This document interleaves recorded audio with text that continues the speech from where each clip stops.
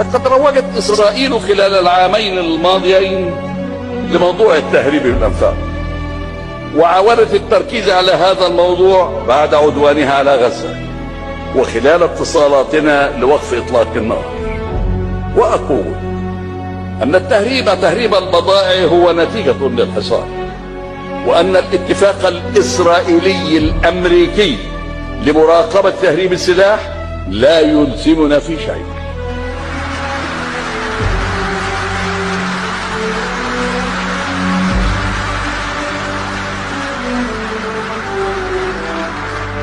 أقول أننا كأي دولة مسؤولة قادرون على تأمين حدودنا.